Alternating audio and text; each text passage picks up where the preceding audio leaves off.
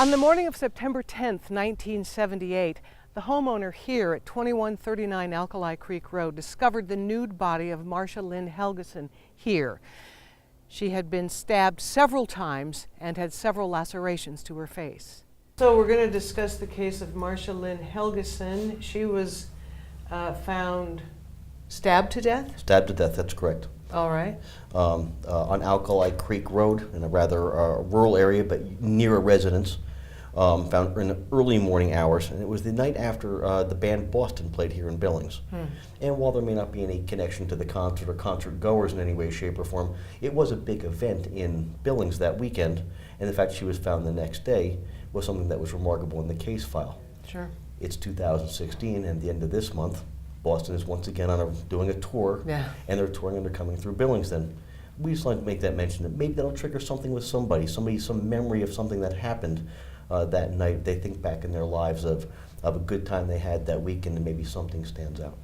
Do you believe she was at the concert?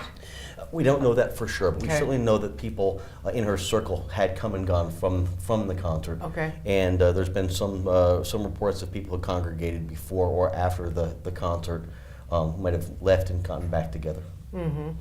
She was also seen at the 17 Club? That's correct. She had 17 Club and a couple local restaurants throughout that afternoon evening with some people. And there were some composites made of that which have borne fruit throughout as this investigation is heated back up. Mm-hmm. She was seen, according to one of these accounts, she was seen with a woman at Sambo's restaurant? That's correct. I know it goes way back in Billings Way history, back. and even a little before I even moved into Montana. Yeah. But it certainly has a long history here. But as the night went on, I think we were able to work a timeline back to where, again, the last time she was probably seen was when she was seen at the 17 Club. Okay. So her body was discovered the next morning by a resident. That's correct. Near the home where her body was found. Was she a prostitute? Not a prostitute necessarily, but she was very comfortable on the street. She had a variety of friends that she would run around with. She was the type of person that might run off with a different variety of people on any given day. She didn't have a regular job, but she did work. But to say she was a prostitute probably isn't correct.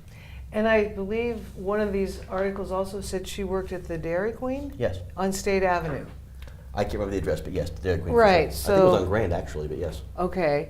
And was she working there at the time of her death? I don't know if she was working there or not. It sounded like most of her employment was sporadic. Okay. Did Miss Helgeson have family in the area? She did have some family in the area, but she was on her own most of the time. And husband, children? No, No. Steady boyfriend? not that we're aware of. All right. Were there elements of her life, though, that would put her at risk for being murdered? Very much so. She was very, she was a young lady. She had a very free lifestyle. She came and went kind of freely, and to say she was comfortable at walking the streets or with strangers later in the evening or at any point in time is probably the truth. She was very, very comfortable. She was comfortable on the streets. Was she known to law enforcement before her death? She was, but not any kind of serious concerns at all. So were there connections made then from her friends or from her activities the night before she was murdered or even the weeks before she was murdered? Yes, there's been a timeline that's been established that puts her with certain people who have been either ruled in or ruled out as potential suspects throughout this investigation. After she was found, many leads came in. It was an outstanding scene investigation. They collected evidence right down to the minutia.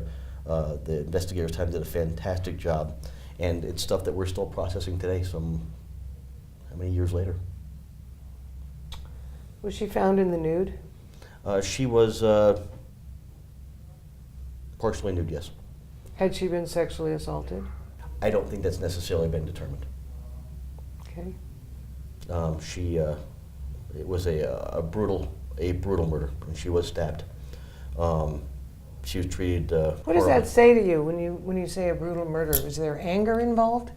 sometimes there can be, for sure. And while there are many different factors to come into play, it's really hard to tell exactly in this particular case what had happened. There was unnecessary violence in this, but I mean, Marsha Helgeson was a strong kid, and I'm sure she put up a fight. And these things happened. I don't know how things got away. But I can tell you that there was a lot of evidence left at the scene. And there was evidence that was not really of value to investigators in 1978 that has become extremely valuable to investigators in 2016. When I say that the investigators at the scene did an outstanding job, I can't say it strongly enough. I can't give you an example I can think of, but to think of collecting a piece of evidence for DNA 20 years before you're using DNA. Right. Just in case, we should keep that. And some of the notations made in the investigative report are outstanding. It makes the case really come to life in front of you when you review it. So by the fact that there was a lot of evidence left at the scene, does that indicate that this killer is not proficient at it? I can't say that. I can't say that necessarily.